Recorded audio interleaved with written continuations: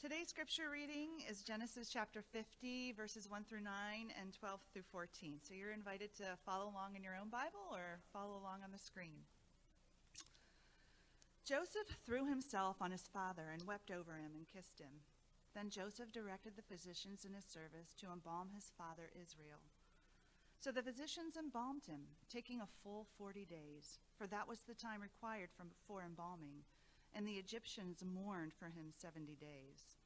When the days of mourning had passed, Joseph said to Pharaoh's court, "If I have found favor in your eyes, speak to Pharaoh for me. Tell him, my father made me swear an oath and said, 'I am about to die. Bury me in the tomb I dug for myself in the land of Canaan.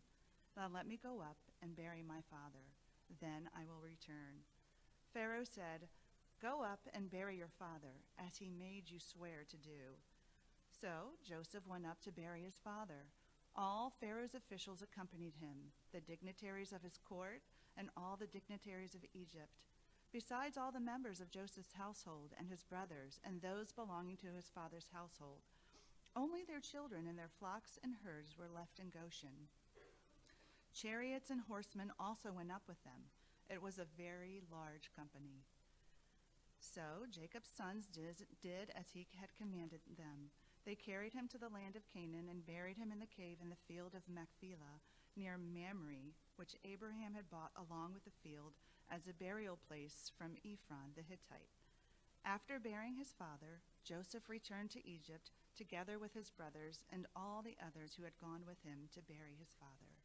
This is God's word. That passage kind of sounds like the closing of a story, doesn't it? We are actually heading for the finish of the narrative of the life of Joseph, this man whose life is chronicled in the book of Genesis over a span of 13 chapters, if I remember correctly. So it's a big chunk of the book of Genesis that is spent on sharing with us the life of this man. Now, as we come to the tail end of the story, we are fast forwarding actually to chapter 50, and it was a portion of chapter 50 that Anne read for you. So we're speeding over chapters 47, 48, and 49, and just sort of summarizing for you to get to chapter 50. Now I will tell you, during that span of chapters, 17 years has passed.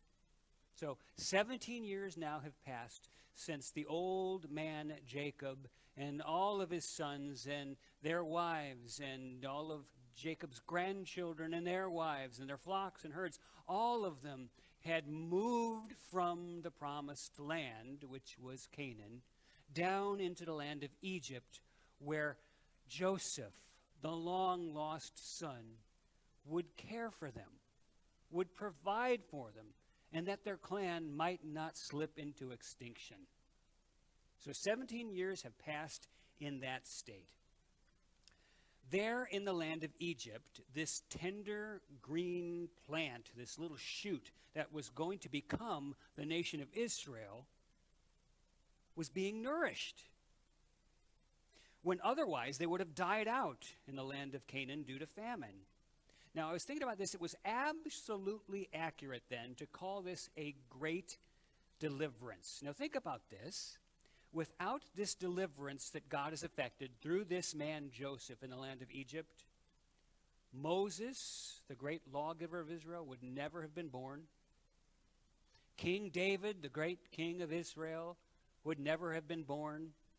None of the prophets would ever have been born. The Jonahs, the Micahs, the Isaiahs, the Jeremiahs, none of them would ever have been born.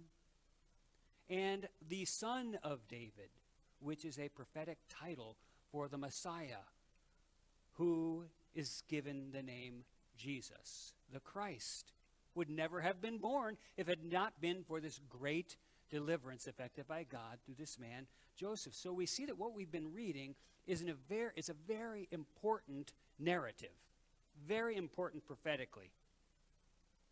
Now, I will tell you that one thing that I saw in Genesis chapter 50, which is the ending of the life of Joseph and the ending of the story of the book of Genesis altogether, is this. Joseph was a man who honored his commitments. That is probably not a surprise to you, but it stood out for me very profoundly as I was studying chapter 50. We see Joseph honoring his commitments, first of all, to his father, with reference to his burial requests. Secondly, we see Joseph honoring his commitments to his brothers. He had committed to his brothers continued benevolence well after their father had died, and he keeps that commitment.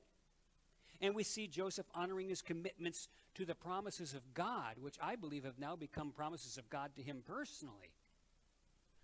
And we see that at the end when he honors his father's commitments to be buried in the land of Canaan, and then at the end of Joseph's own life, he has his brothers swear an oath that whoever remains, whoever lives long after Joseph, will be committed to taking Joseph's own remains to be buried and laid to rest in the promised land. And he also prophesies that this will indeed happen. When this people leaves Egypt, carry my bones with you and lay me to rest in the land of Canaan. So Joseph is keeping a commitment to an arrangement that has been made between God and his entire people group, what is becoming his people group. Now, as I thought about Joseph being a man who keeps his commitments, I thought, okay, well, we probably ought to just say it straightforward and simply here at the beginning. I think it's imperative that we as Christ followers, too, are people who can be counted on to keep our commitments. And I thought, sometimes people read the Bible and they get a little bit confused over these passages that talking about not swearing and not oath-taking. And sometimes I remember growing up thinking that's about using bad words, swearing and don't take oaths and things like that. And you realize that this idea of being people who keep our commitments is really at the root of these New Testament commands about not being people who swear, or not being people who are given to taking oaths all the time and for everything, oaths of different magnitudes and so forth. It's really just simply about you being a person who, when you say yes, you mean it and you do it. And when you say no, you mean no and you refrain. It's being people who are simply committed to what they say they will or will not do. And that is what we are called to do. And that's what you see in the life of Joseph here in this last chapter. Very committed. Now, as we drop into chapter 50, having skipped over 47, 48, and 49, we probably ought to set the stage. You probably gathered it from what was read. But as you drop into 50, you realize that Jacob, Joseph's aged father, has just died. Now, what has preceded that death is that Jacob had called together in the land of Egypt all of his sons and all of his grandsons, and he had imparted his final blessings on all of the sons and the grandsons. And some of those blessings were prophetic of prosperity and power, and some of those blessings were not so much on the side of blessing as they were about, okay, this isn't going to go well for you. They were prophecies that might have been, you might not would have heard these prophecies uttered over you. But this is what transpires during those chapters that we're skipping over. And then all of that family business being cared for by Jacob as he's about to die, Jacob then passes away. And then you drop into chapter 50, verse 1, and you find Joseph in mourning. Look at verse 1. It says, Joseph threw himself on his father and wept over him and kissed him. One thing I noticed over the years in being with people in times of great joy, when children are born, and being with people at times of pain, when family members are lost, one thing I've noticed is that people often regret not having been there when their father dies. I don't know if anybody in this room has had that experience, but you wouldn't believe the number of times that I have seen people struggling with that. I wasn't there. I wanted to be there when my father died. And they struggle with that. And as I was reading this chapter, I thought, well, Joseph was able to be there when his father died. And it was interesting because 17 years earlier, God had made a promise to Jacob that it would be Joseph who would close his eyes when he died. And sure enough, you see the fulfillment of that promise of God to Jacob here in chapter 50, because it's Joseph who is there to fall upon his father and to hold him and to weep and to metaphorically close his father's eyes. What a blessing for those two people. A blessing for Joseph to have been able to been there. What a blessing for Jacob to have been able to have his son there when he passed. Especially after having been so long deprived of one another for 2 decades plus because of the terrible actions of Joseph's siblings. But here they were, reunited and able to be in each other's presence at this time. Now, I have to tell you that I've not lived Joseph's experience. I still have both of my parents. But I do understand from talking to others that it can be a very strange and difficult time for a person when their parents pass away, particularly when the last remaining parent passes away and that generation is no longer there. And I've heard people try to describe it as feeling like, okay, well, all the covering is gone now. I stand unprotected. It's like I'm naked and exposed and there's nobody over me anymore. My father is gone, and that place of being able to go and rest is gone, and the burden now passes to the next generation. I've heard people kind of describe that kind of thing. Joseph was now living that because his father has now passed. And we see Joseph grieving in a very typically Hebrew overt way. Now, I was thinking about this, and it occurred to me that over the years I have heard folks who are Christ followers talk about funerals over the years in such a way that nobody who loses a loved one should really be sad. You know, funerals are supposed to be celebrations of life, you know, and we're not going to have any of that sadness here at this funeral. And you know what? I get that. I get what we're trying to communicate, the celebration of life, and to a degree, I agree with it, but it's far too simplistic for me. It's not completely accurate. And it struck me as I was reading Genesis chapter 50 over and over again. Here you have a man with an extraordinary faith in God who is grieving his heart out. He's terribly saddened. He's not throwing a party. He's very sad because he has lost his father. And it told me something. Guys, it is not inappropriate to grieve when you lose somebody who is very dear to you. That is not inappropriate. In fact, I think it's very appropriate. Joseph grieved over the death of his father, and he was a man whose faith in God was profound. Nonetheless, he has a profound grief. We are all wired by God with emotions, guys. You have them. Sometimes you don't like what your emotions do to you. Sometimes you feel out of control of your emotions. Sometimes you feel ways you think you shouldn't feel. Sometimes you don't know how you're supposed to feel. And I would tell you guys, your emotions are simply that. They are your emotions. You feel the way you feel. Your emotions are neither good nor bad. In other words, they are just there. They are the way you feel. Now, I will say this. As Christ followers, we do have promises that have been given to us that can and must inform our grief during times like Joseph went through. And these promises of God should guide us through the process of grief when something like this happens to us. And most notably, my mind went to 1 Thessalonians chapter 4, and I wanted to read to you a couple of verses from 1 Thessalonians chapter 4, and see if you can't see what I'm saying about grieving. Here's what the Apostle Paul wrote to a group of Christ followers living in Thessalonica in the first century. Here's what he said to them. He said, "Brothers and sisters, we don't want you to be uninformed about those who sleep in death, so that you do not grieve like the rest of mankind who have no hope. For we believe that Jesus died and rose again.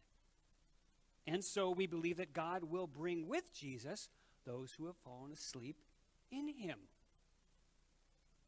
Now, a couple of key things that you want to see in this passage. First of all, a Christ follower should grieve not as those who have no hope. That doesn't mean you don't grieve. Joseph clearly grieved.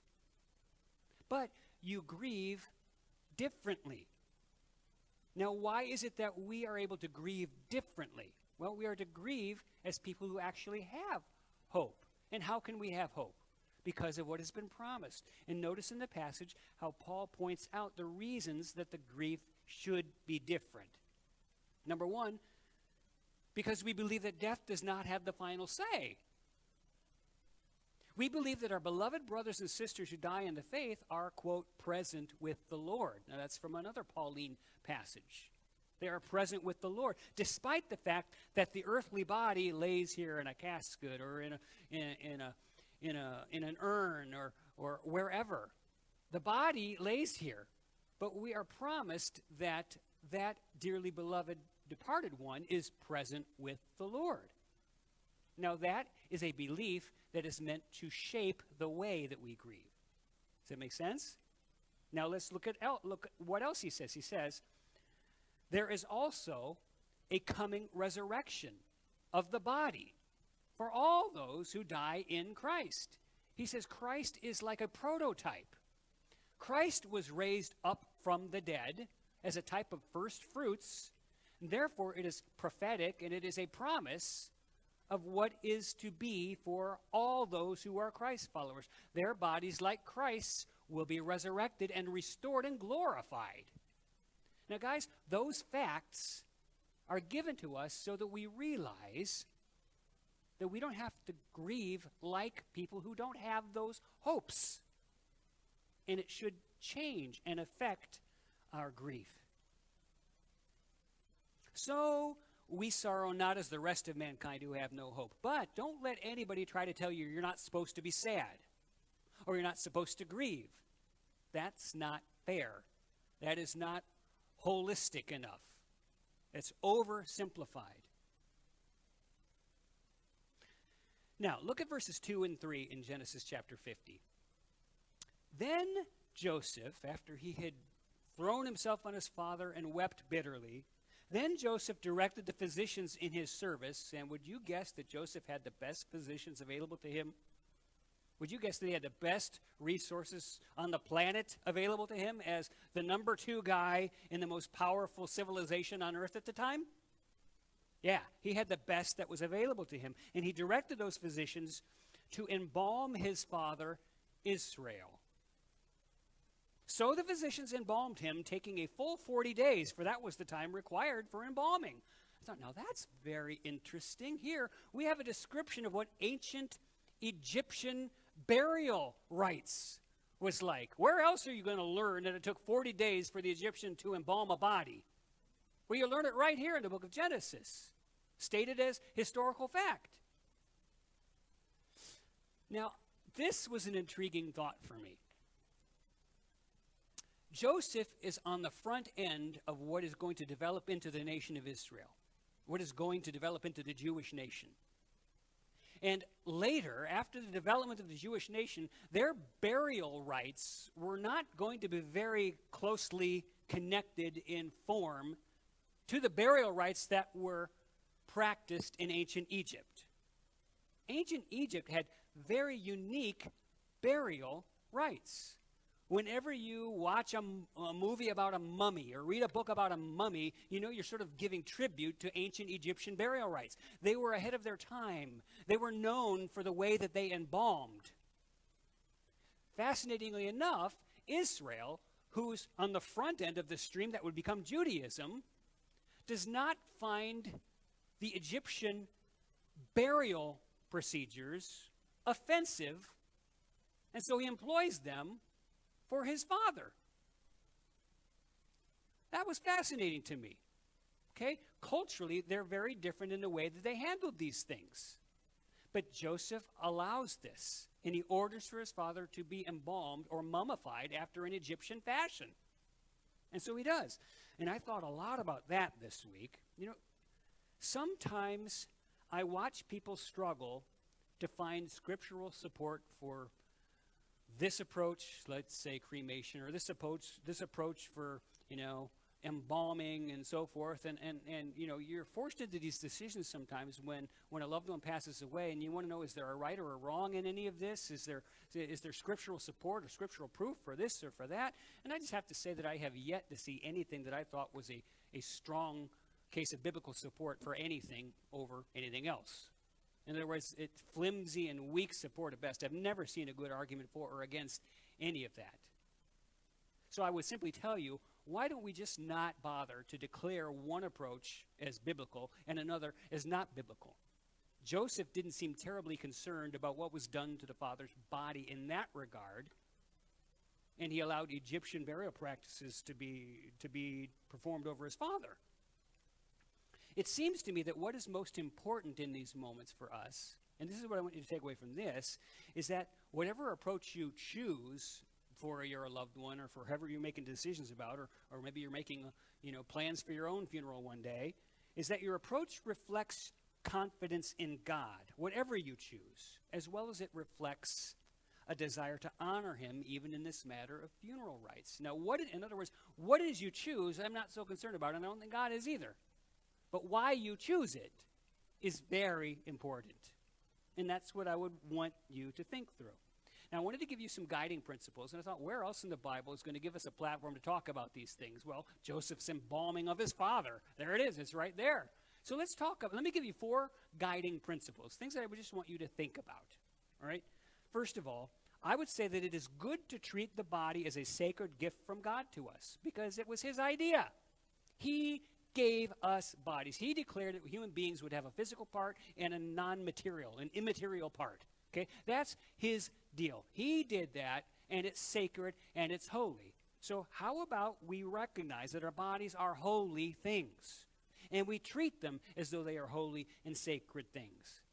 Now, that is not to say that we should do so to the exclusion of that part of you which is not physical.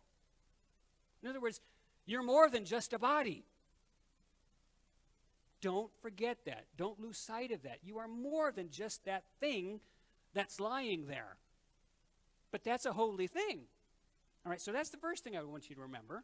Second of all, I would want you to remember that it's good to remember that these bodies are returning to the dust from which they came, no matter what you do.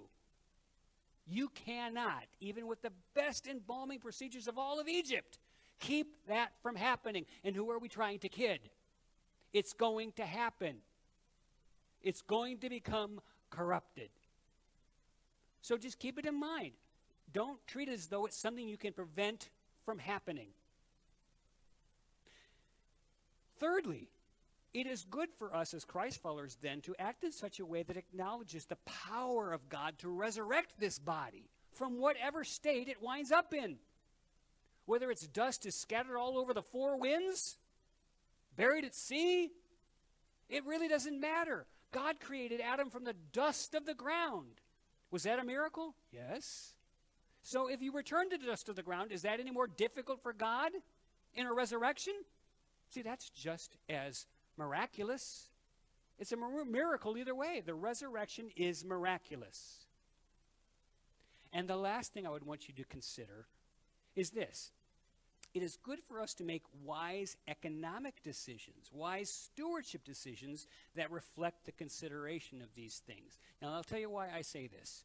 Because I hated sitting in the counseling room of a funeral director with somebody who's lost a loved one, and it's clear to everybody that they have no money. They don't have the resources to be investing all of this money in this, and yet they feel compelled by something that makes them feel like they have to do it this route. But they can't afford to do it.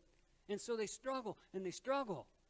And I would just want to give you all the freedom to say, you can make a sound stewardship decision here. You can make a sound economic decision here because, frankly, I don't think it matters. I don't think it matters. So make a wise financial decision. Now, that's all kind of an aside, but it came up to me as I was thinking about Joseph choosing to have his father's body embalmed. Now, look at verses 7 through 9. So Joseph went up to bury his father. Now, that's very easily said. You realize that's 250 to 300 miles without cars, without trains, without planes. 3 300 miles on the top end in a chariot or on camelback. This is a big dealie, all right? And check this out. All Pharaoh's officials accompanied him.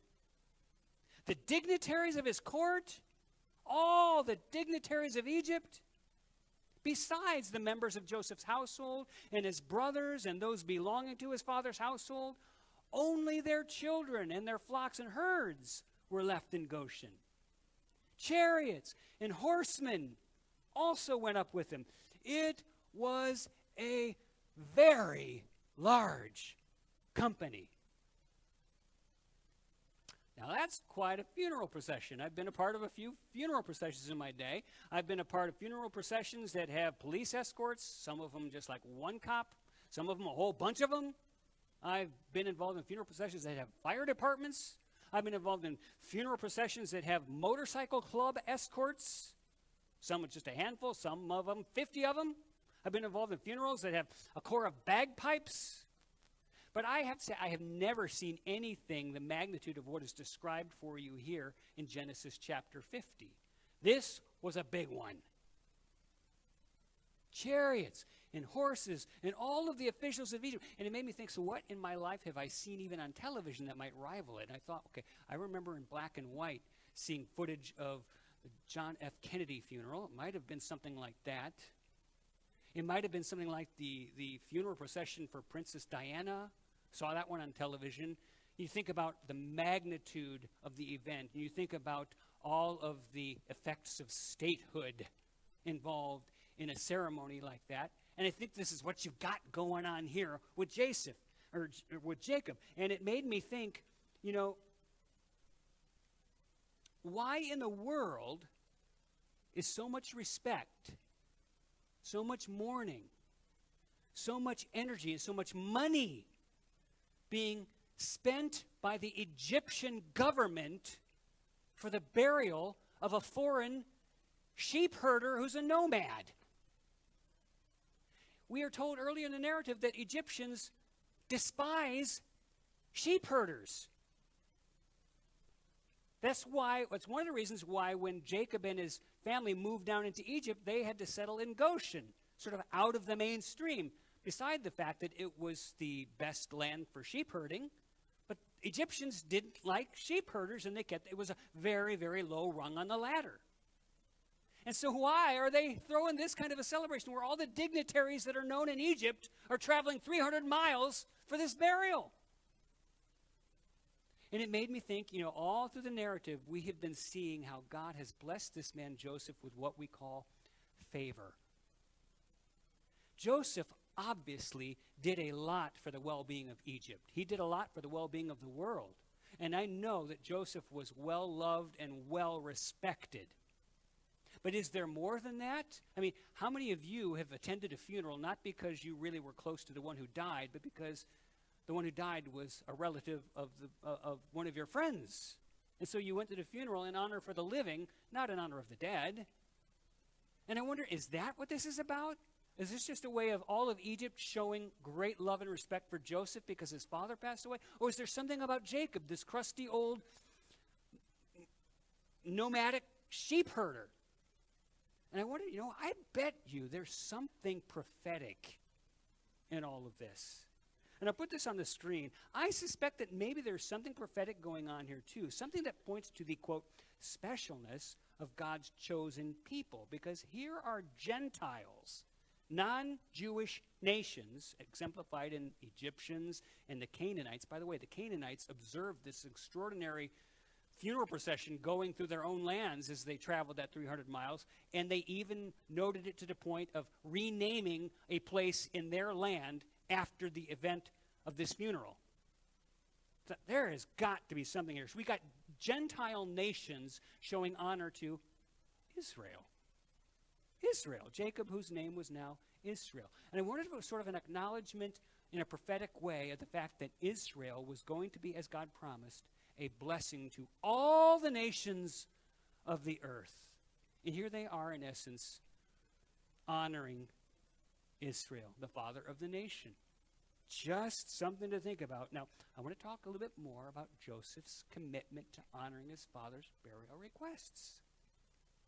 Clearly, the whole promised land deal was very important to Jacob, which is why he made Joseph swear that upon his death he would be taken back and buried in that cave at Machpelah, which this would be Joseph's great-grandfather Abraham had purchased from Ephron the Hittite, and it had become used as a burial site for people in the line.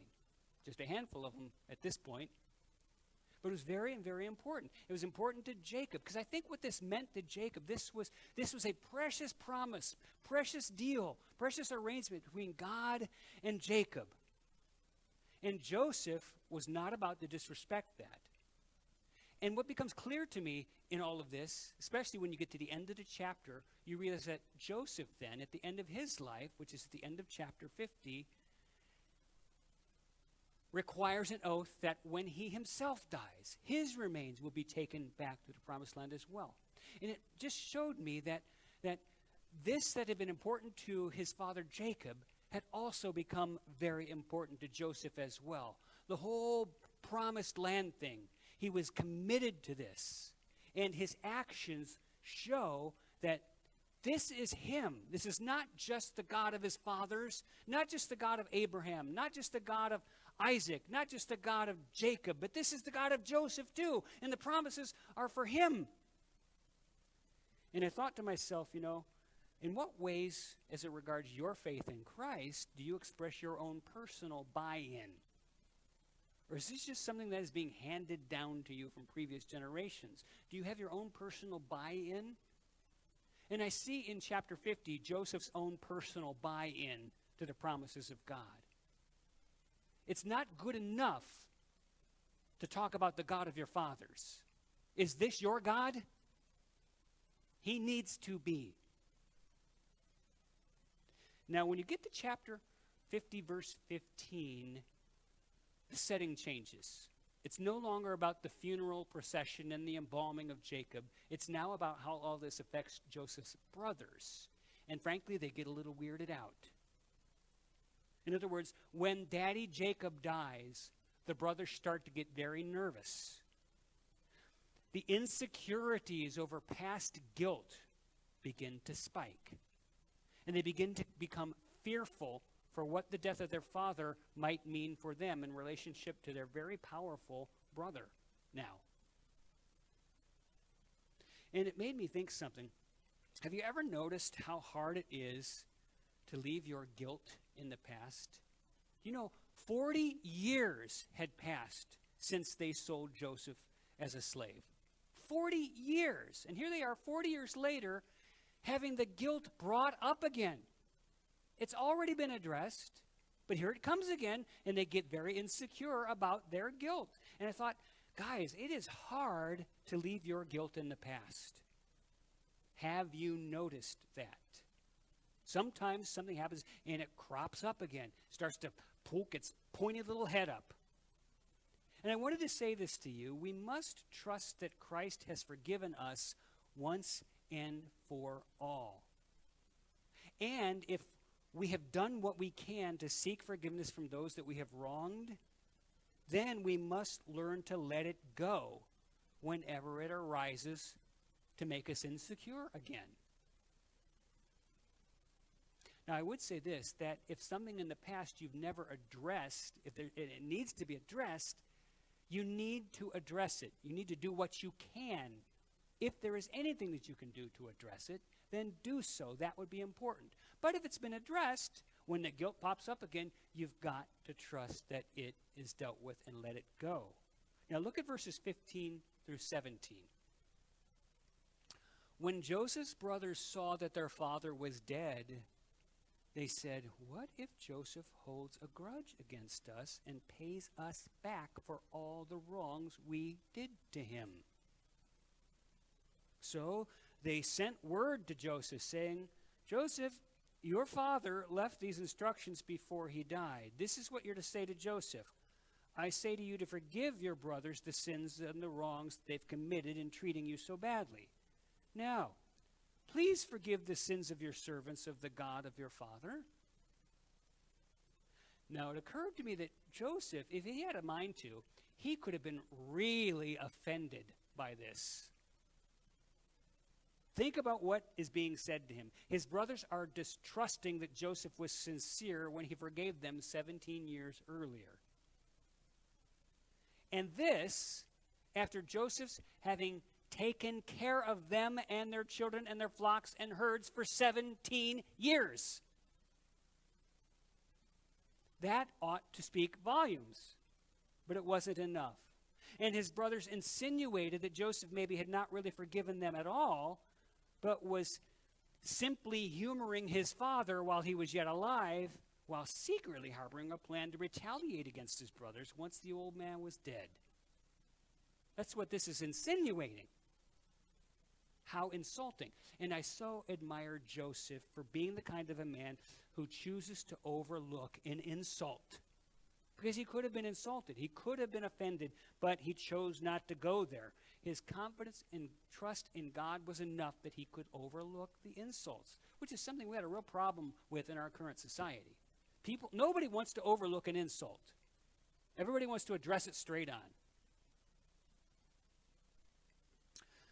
Genesis 15, 17b and 18. When their message came to him, Joseph wept again. His brothers then came and threw themselves down before him. "We are your slaves," they said. Joseph crying again, over and over and over again through this narrative. And I wondered why. Is Joseph hurt by his brother's lack of trust? Is that why he's crying? Maybe. Is he crying because he's been so insulted, they've hurt his feelings? How could they believe such unflattering things about his character after all that he's done and showed them? Is that what it is? I don't know what it is, but John Calvin had an interesting take on this in his commentary on Genesis chapter 50. Here's what John Calvin thought. He said, when he, Joseph, knew from the messengers that his brothers' minds were tormented and that they were troubling themselves in vain, in other words, for no good cause, Joseph was moved with sympathy towards them. Then, having sent for them, he set them free from all care and fear. He reassured them, and he said to them, "Am I in the place of God?" The answer is no. No, he would not exact further punishment on his brothers. And I thought, oh, guys, the grace of this man is exemplary. He pictures the grace of Christ for us. Now, here's how I want to end. I am very quickly going to show you 10 ways that you might not have noticed that Joseph helps us understanding Jesus Christ. He pictures Jesus in so many ways. I'm just going to give them to you one right after the other very quickly, because this has been laid out for us all through this narrative of the last couple of months we've been studying his life. Here's the first way Joseph is a picture for you of Jesus. Number one, Joseph was the beloved of his father, but rejected by his brethren. Same is true for Jesus. Number two, Joseph was sold by his own for an insulting handful of silver. Same as Jesus. Joseph was unjustly numbered among the transgressors and punished as one when he'd done no wrong. Picture of Jesus. 4, Joseph entrusted himself to the Father's care even when falsely accused and wrongly entreated. He suffered with his mouth shut, just like Jesus. 5, after Joseph's years of humiliation, God exalted him, raising to glory the very one that had been rejected and falsely accused. It's a picture of Jesus. 6, all things at that point were then put under Joseph's feet by the Majesty on high. In Joseph's case, it was Pharaoh. In Jesus' case, it was the God of the universe, the God, his Father. 7, Joseph became the gate of life, the provider of bread. In other words, if you were going to live, you were going to need to go through Joseph. And it just reminded me of how Jesus said, I am the gate. I am the bread of life.